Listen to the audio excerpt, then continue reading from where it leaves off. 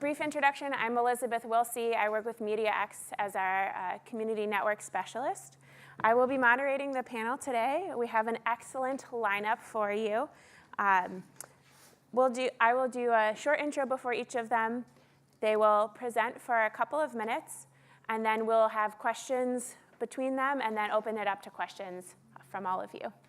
So our first speaker today is Annabelle Ho.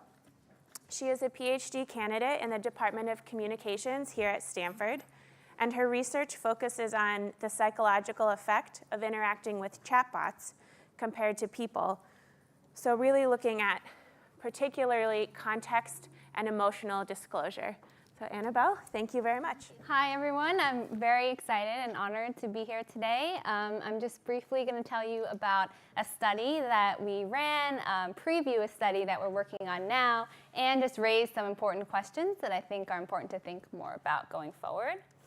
We know from lots of work in psychology, but also our daily lives, that when we talk to someone about a problem we're having or how we're feeling, and that person is there to listen and respond and support us, that has a host of positive outcomes for us. We feel better. It's good for us. And this is what I'm calling a supportive interaction, and I want to make an important distinction here between that and those that are clinical or targeted at mental health. So here we're talking about conversations where the partner is there to listen and provide kind of validating and supportive responses, but not to target mental or physical health specifically. So what we're seeing these days is that these kinds of supportive interactions are happening not only with human partners, but with chatbot partners. And that raises an important question. Are these interactions that are happening with chatbots now just as good, better, or worse for people than if the partner is a human being? And just broader, that raises also questions of, we know lots of things from psychology about interactions between people.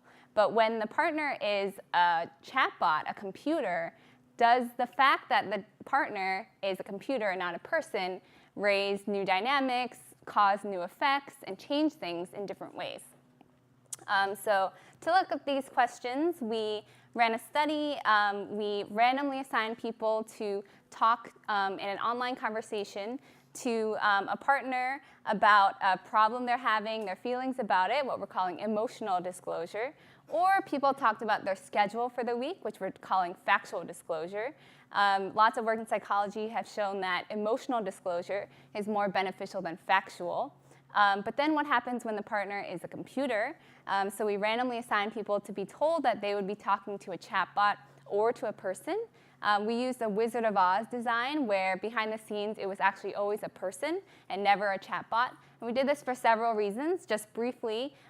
One is that past work has shown that when you look at these questions of the identity of the partner, that perceived identity, or whether people think they're talking to a computer or person, matters more than the actual identity.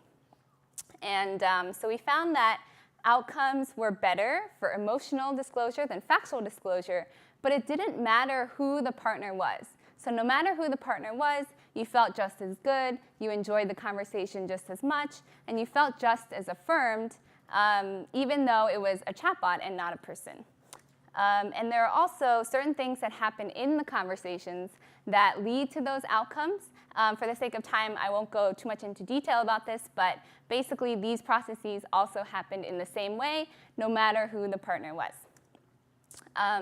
But outcomes and processes might not always be the same. So in a study we're looking at now, we're looking at different kinds of responses, so validating versus invalidating responses from the partner, when the partner actually understands and acknowledges emotions versus when they don't. And actually we're seeing different outcomes there, depending on who the partner is. And so that raises a lot of questions that I think we need to understand better. What happens, in long-term relationships? Maybe we'll see kind of different outcomes there, depending on who the partner is. What about different types of situations where you might think more carefully about who the partner is?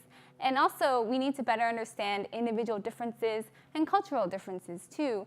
Not everyone is going to have the same kind of cultural norm or idea of not only what computers are, but also what these interactions with other people and emotions and kind of revealing your emotions should be like. And that also is going to create kind of different effects, different processes as well. So I think as a field, we need to dive into these questions and understand these kind of questions more. And that's all I have. Thank you. Mariana Lin is the head of character for Sophia of Hanson Robotics and was formerly creative director and lead writer of Siri, overseeing personality and voice. She is interested in the interplay of culture, personality, and human-AI communications. Mariana, take it away. So there's a quote I wanted to share to start off. The language of friendship is not words, but meaning. It is an intelligence higher than language. And it's interesting to look at it. Henry David Thoreau said this in the 1800s, way before AI and machines became part of our daily lives. And it's really interesting to look at this quote from the perspective of a writer and someone, I've been sort of the person behind the curtain of The Wizard of Oz writing embodied in AI for the last about 5 years. Because you start to see where language has its limits in interacting with people. What was really interesting about working at Siri was that we were in about, 3 dozen languages, more than, global company, global brand, and many different cultures. And seeing all the questions and all the requests that came all around the world, I really started to get a sense of what people wanted from each other, for themselves, from AI. It was anything from humorous to when will I get married, which is also a little, not just humorous, but a little poignant, to, I'm mad today, or asking advice, should I break up with him, or what's the meaning of life? And I started to get a sense of what was similar in every culture, that no matter where in the world, people still had the same questions, and what was different. What cultures preferred a humorous interaction and lighthearted interaction, what cultures preferred a more functional interaction. And so being in that role, you really have a sense of responsibility and insight into what people need, both on a global level and an individual level. With Sophia at Hanson Robotics, it's a bit different because we have embodied and disembodied AI. So Sophia has a face, she has a body. I don't know how many of you have seen her, but she's made the news a lot in the last year because she was the first AI to be granted citizenship in Saudi Arabia. And she's also the first AI to be named a UN ambassador of innovation and technology, which those things were very controversial. She's also been spoofed on Silicon Valley, which is a pretty fun thing. But you start to see that anthropomorphism changes that interaction with people and AI. In the first case, when you have a disembodied voice, that changes languages, that changes gender. People can impose their own sense of who they're interacting with, and that comes with its set of interesting experiences. And in the second set, you have a very clear physical person in front of you that looks a certain way, that has a certain skin tone, that speaks a certain way. And in the second case, we find that people are more, the interaction is less getting to the authenticity of emotion because people are first just reacting to the oddness and strangeness of interacting with something so lifelike. But I'm sure this panel will be really interesting. I just wanted to give a little background on my experiences, and I found that in particular, language, culture, some of the things that were referenced in Professor Marcus's talk about the differences that in ways that we perceive relationship and communication are definitely very relevant questions as we design AI and AI personalities that be very good for us to all be aware of. Thank you very much, Mariana. As we continue along the path, as she said, from non-embodied to embodied, I'd like to introduce Cory Kidd, who is the founder and CEO of Catelleya Health. The company develops a hardware and software platform using the psychology and artificial intelligence to engage patients through interactive conversations with a robot named Mebu, which I'm sure he will talk about. Great, thank you. So yeah, I want to give a quick introduction to what we're doing at Catelleya Health, just to kind of set the stage. But mostly I want to talk about background and why we do what we do. So yeah, we do have a cute little robot named Maybu. I'll pick this up here. I'm not going to give a live demo on stage because it's about back and forth conversation. So in the break afterwards, if anyone wants to try this out, this is an actual one that's out with patients today. And so what we do as a company is help patients manage chronic disease. So this is actually our heart failure product. This is live with patients today. We've got a couple other things that are coming out this year. But what's happening here is we're actually creating a conversation with that person. And so on the technology side of our company, a lot of it is the AI-generated conversation. So this thing is not following a script. It's actually creating a conversation for that person at that point in time. Now, from a delivery standpoint, it would be a lot easier to do this through a smartphone app or a tablet or through the web. But we do deliver this to our patients through this interface. And so I want to spend just a minute talking about the why. So my background before starting this company, I've started a couple companies in the last 10 years to commercialize this kind of technology. Before that, I did my PhD at the MIT Media Lab. So I spent about 6.5 years there actually doing a master's and PhD. And it was using this kind of stuff. So of course it involved technology. When I started in 2001 in this area, there weren't really any robots, to do these kinds of studies on. So we had to build those. But really, it was all about the psychology. In my first couple of years for my master's degree, I spent a lot of time actually here at Stanford working with the late Cliff Nass, designing this whole series of studies that was really looking at what's happening when people are interacting with robots.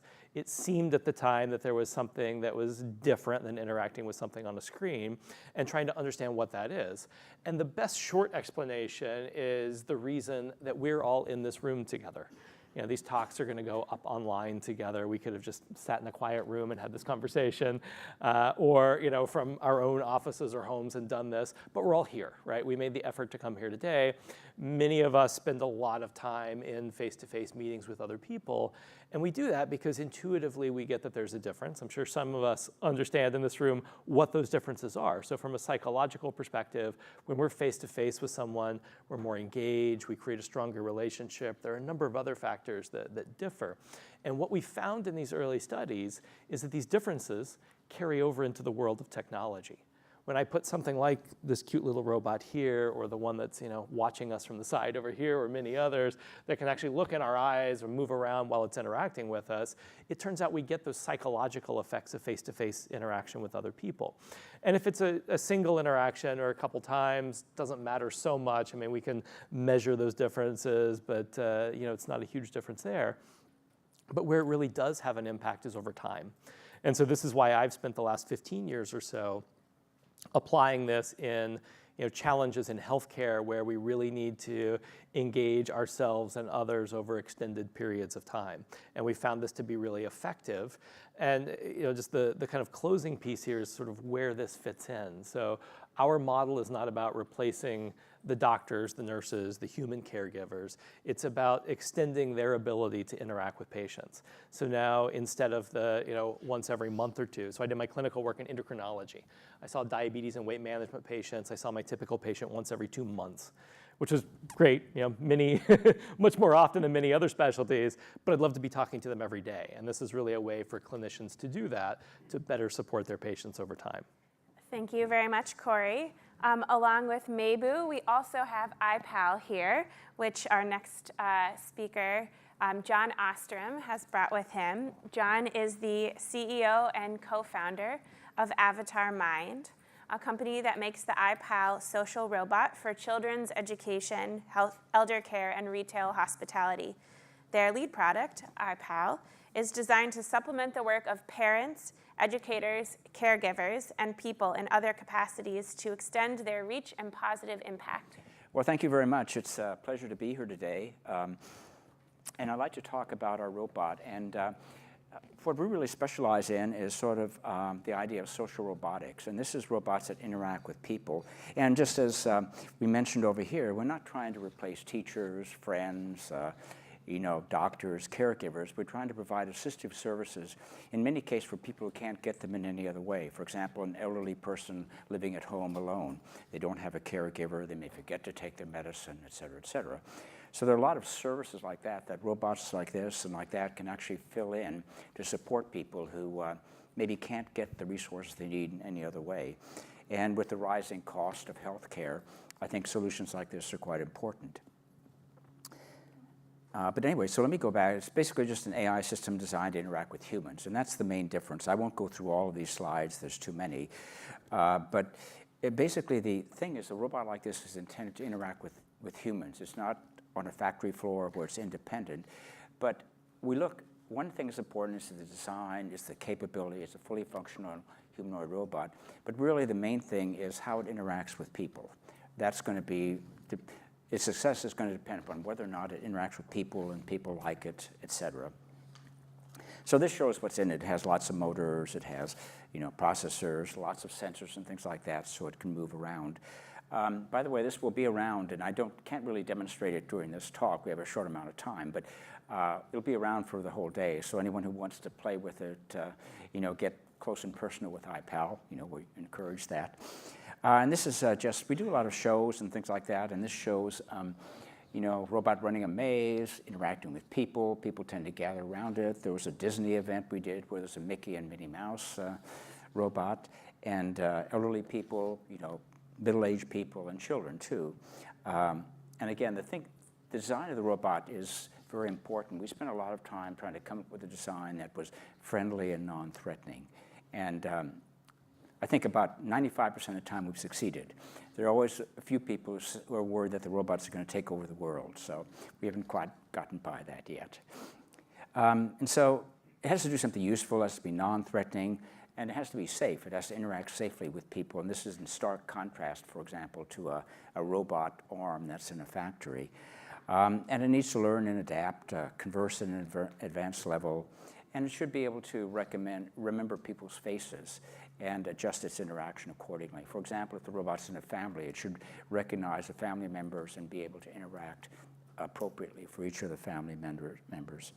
And one thing that's really important too is we do want the robot to sort of show some personality. So we will have different personas or different personalities so that people can choose the way they want to interact with the robot. And this is an important thing. It's the flexibility. I think we can't force people to accept robots the way they are. We need robots to adapt to people and environments. And here's some typical uses that we're looking at. We have partners in all these areas. Children's education. For example, we have a group here in the Silicon Valley who's working on creating STEAM versions of the robot with STEAM curriculums. And it's an ideal device for STEAM education because you can really create collaborative projects with numbers of people who work together on the robot. And we have things on it, for example, like a little programming language where even young children can learn to program the robot by dragging and dropping motions from a menu. And you can have a classroom where they're all working on this programming application, and then when they want to actually try it, they can just play it on the robot. So we have a number of applications like that. Elder care is a big interest for us, and we've been doing some prototyping in gated communities and also assisted living facilities, but that's still in an early stage.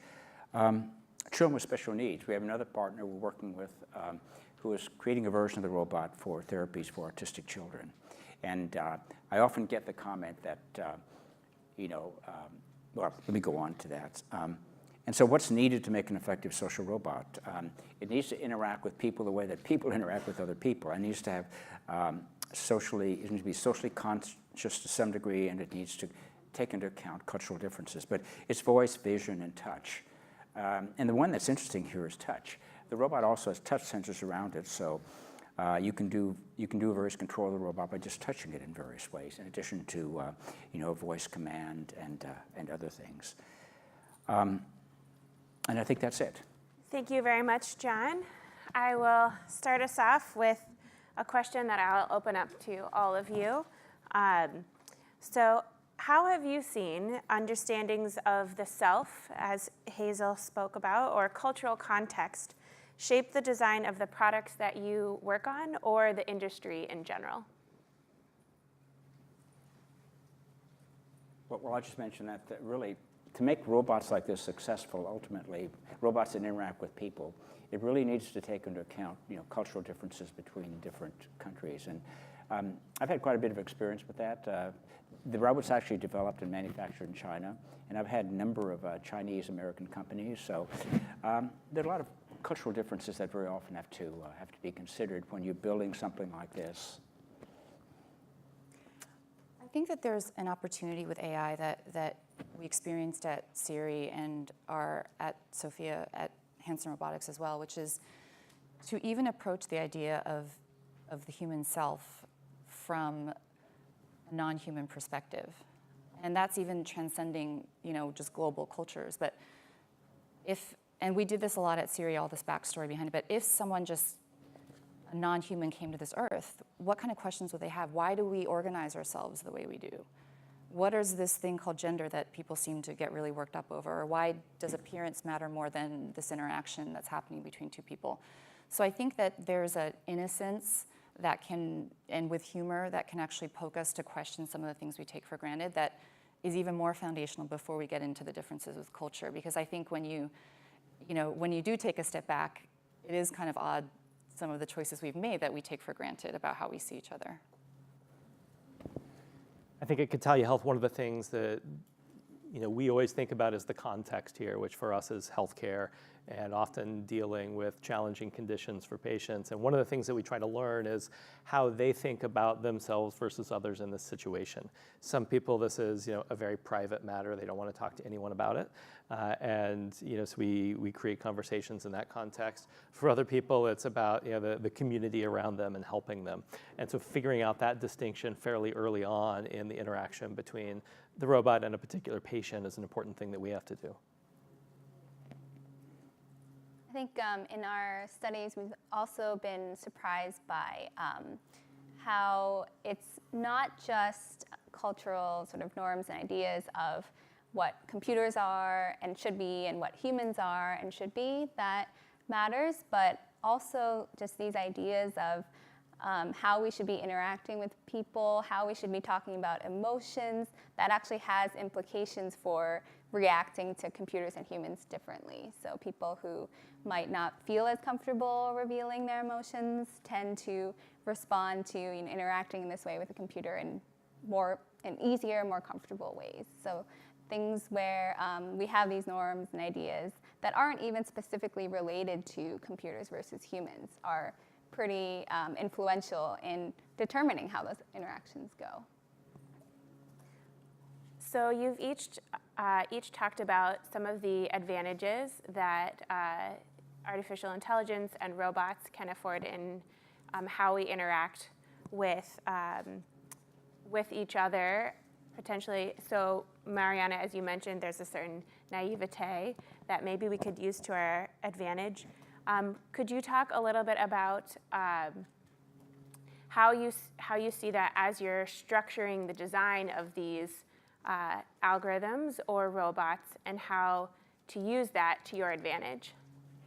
Well, one thing is that I find that in the field of AI, there's an instinct to replace humans and to just mimic humans and human relationships that isn't examined a little bit more.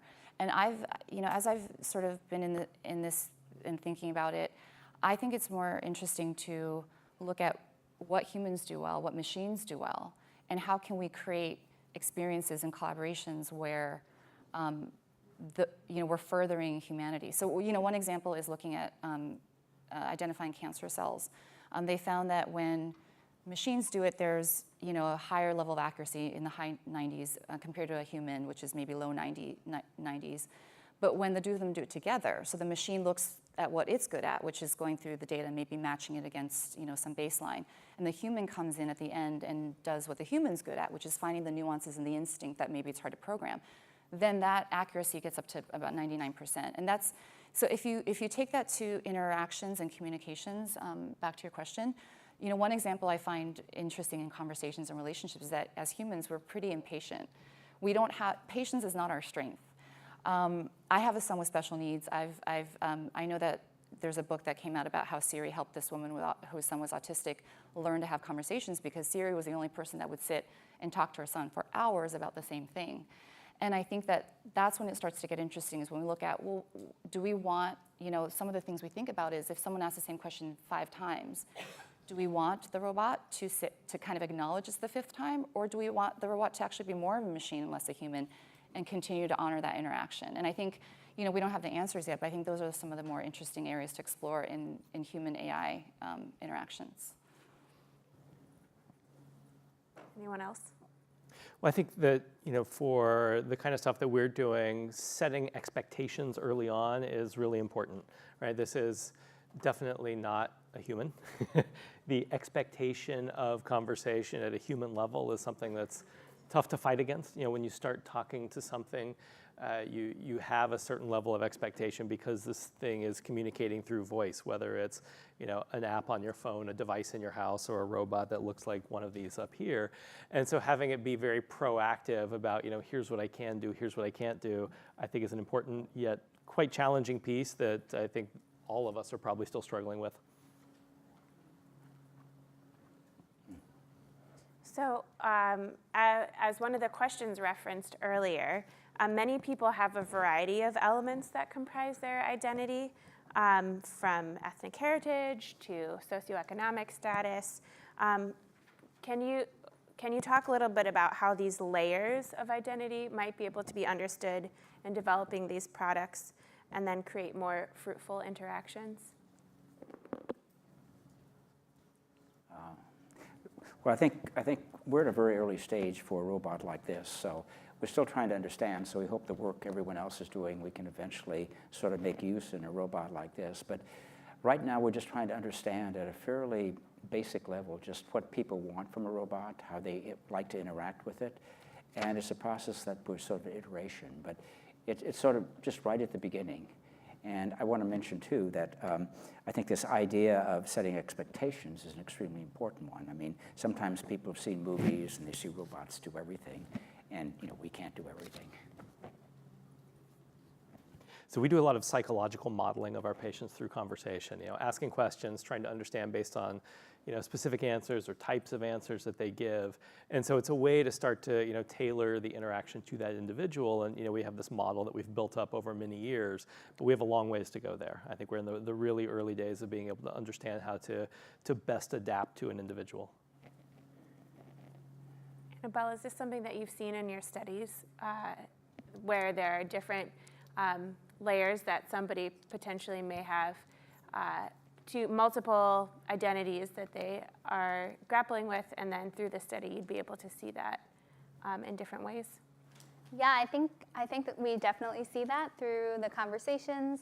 I do want to say that our studies used only a certain population pool, so they were all Stanford undergraduates, but even within that pool, you saw people talk about various parts of their identity and actually relating those different parts to their partner.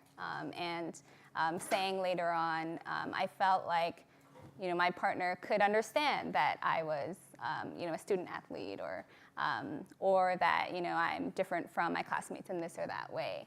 And those things definitely came through. Great. Cory, you mentioned psychological modeling, and I think that falls under the idea of what data you're collecting from your users. And I'd love to hear from each of you to talk a little bit about how you see data collection and interpretation, and then its utilization, factoring in the interaction of cultural AI products and interactions with people. There's a lot that we're trying to learn about people that we interact with to help adapt the conversation to them. And some of that we know crosses across cultures.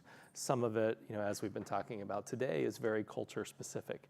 And so when we think about adapting our product to other parts of the world, and I think there's a lot of experience on this stage about doing that, it's much more than just translating the language and what's going on there. So we actually bring in people who spend time kind of rebuilding the whole backstory of the robot and where it fits into our patients' lives, and using that then to kind of inform the conversations that we create.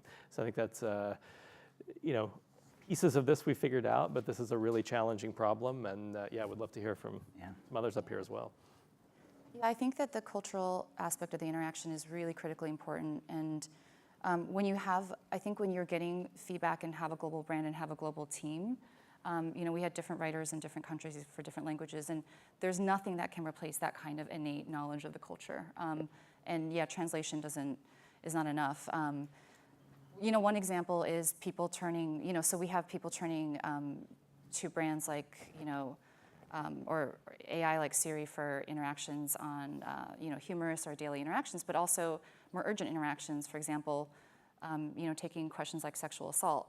Well, in the US, the thing that might trigger that chain to happen, the words might be a little bit more specific. But in other cultures, there might be different language or different way to get around starting to ask those questions. Those are things that we have to take into account because the one-size-fits-all way of describing an experience isn't going to be the same. We also found that was interesting with cases of sexual assault and domestic abuse is that people weren't picking up the AI or the thing and saying, I've been assaulted, get me help. They were first asking, what is it? What's this definition? And we started to realize that question was the first, trigger into them first trying to figure out if this had happened to them. So that kind of sensitivity and that kind of reading the data and reading the information is really important, and especially as it applies to other cultures, because I could imagine other cultures there'd be other ways that people would start to enter that questioning.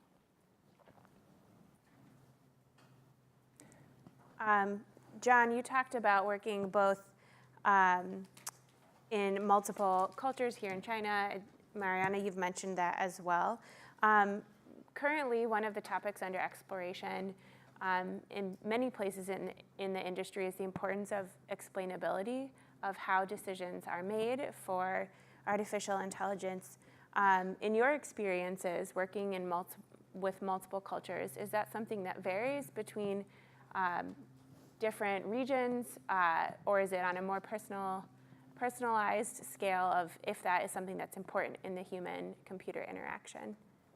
Yeah, I think it's a really interesting question. I enjoyed listening to the talk this morning on interdependent and independent sort of talk.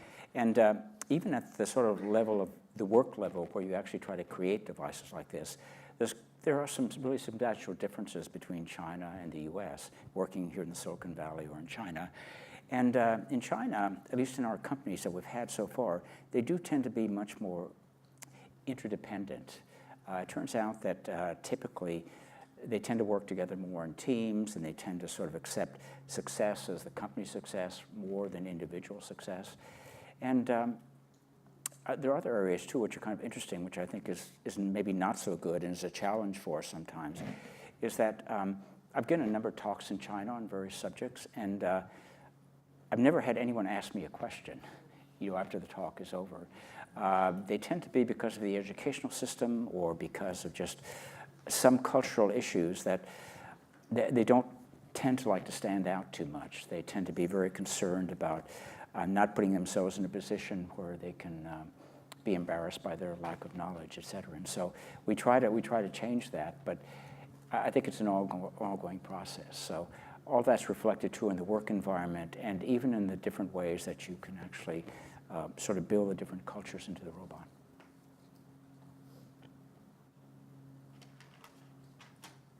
Any other contributions? So I think explainability in healthcare is critically important. Everything that we do is on the foundation that we can explain to someone. Sometimes it's the patient who's using this. Some of our patients are more inquisitive and want to know the how and the why behind it, and there's always a conversation ready for that. But also from a regulatory standpoint and for our customers. So we're working with large healthcare systems and big pharma, so we have to be able to show how every conversation is created. I mean, this whole idea of collecting data is very interesting. One thing that we've done is if anyone's been to, in the past couple of years or so, through the San Jose airport, we've actually had a playground area for the robots in the airport. So children can come up and play with the robots, adults can learn more about robots. And we've literally got information on interactions for how the robot interacts with people in that sort of environment. We have hundreds a day, and so that's the way we're sort of very practically trying to collect information on what actual people do when they come up and start to interact with the robot. And so, I mean, our belief is you just need a lot of data, you need a lot of samples, and sort of to try to extract from that then what the main features or the important features are. What's interesting is that you do find the same human-human interactions, metaphorically played out in human-AI interactions. For example, with Sophia, aside from the technological constraints currently of dialogue and natural language processing, there are times when people can sit with her and try to have a conversation. Within about 30 seconds, it just kind of falls flat. And there are some people who can sit and actually talk to her for about 2 hours. And for some reason, that conversation keeps going. And I think it's just really interesting to see that also reflected in, just how humans are. It's not exactly like the robot has, as a one-size-fits-all interaction either. So this question is for each of you to answer. What do you envision as the greatest opportunities and/or challenges that a greater involvement of individual identity and personalization offers in terms of interactions between human and automated or AI agents? I think one thing that has been touched on by the others is I think the opportunities for AI to respond to people in a way that is truly validating for each person specifically, in a way that is really hard for humans to do. So a lot of work in psychology kind of finds that it's really hard for us as humans to be truly validating to every single person that we talk to, because each person finds a specific statement.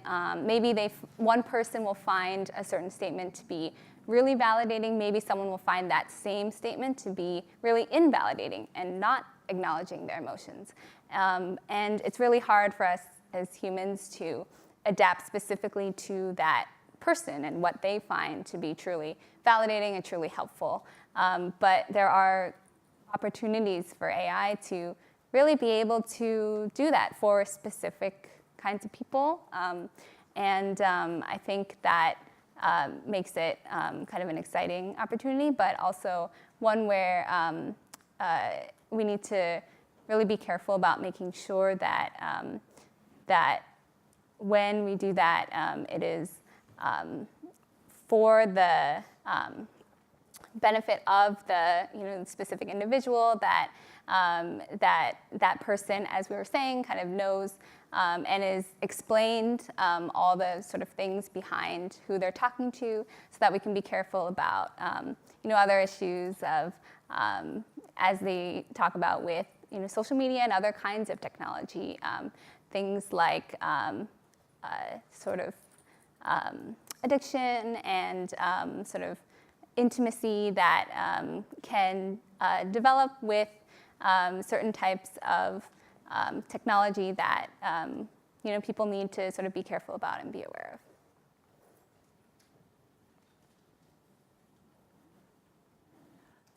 I think that, I guess my perspective would be that there's an opportunity to create a pan-global culture through AI, because never before have we had the capability for a centralized machine or something to be able to take in data from every single culture, assimilate it, and create a new culture. I think the challenge is what is that? What does that culture look like? And I think that I hesitate to say that AI should just give back to each individual exactly what they want, because I feel like we saw that with Facebook. What happens is we get an echo chamber of ideas, right? Like, I only want to talk to people who share my ideas. If we do the same thing with AI, it's suddenly, I only want to interact with people that are exactly like me, that affirm my way of relating and my way of interaction. And I feel like that is a danger that we could be going towards. But what's the solution? I mean, it's something in the middle where we affirm and see where someone's coming from, but we have some sort of ground and litmus, sort of foundation to work from. A very practical way of looking at this was, when people interact with Sophia and Siri, people would say racist things or very inappropriate things, or sexually harassing things, right? Because they were both perceived, even though Siri's non-gendered, perceived more female. What's the appropriate response to that? It cannot just be affirming that person's perspective. It cannot just be going along with it. And yet, how do we adapt that for different cultures where gender dynamics and race dynamics are slightly different? So I think that those are things that are much more nuanced that going forward, I feel like we need, there's been, the technological side where it's just about let's make this happen, let's do it. There's cultural studies, which is about studying current cultures, but there needs to be an assimilation between these two disciplines so that we say, okay, now that machines are involved in taking information and putting something back out, what is this, pan-global, human forward-thinking perspective going to be? I think that the near-term challenges are around understanding and modeling each person, really drawing on psychology to better understand how we need to interact with an individual. But the opportunity there, and we're starting to see it already, is the ability to really engage people over time using this kind of technology. And so, in healthcare, we're seeing great outcomes with our patients, keeping them out of the hospital, keeping them on therapy. And I think we can go much further with that in the applications that we can build.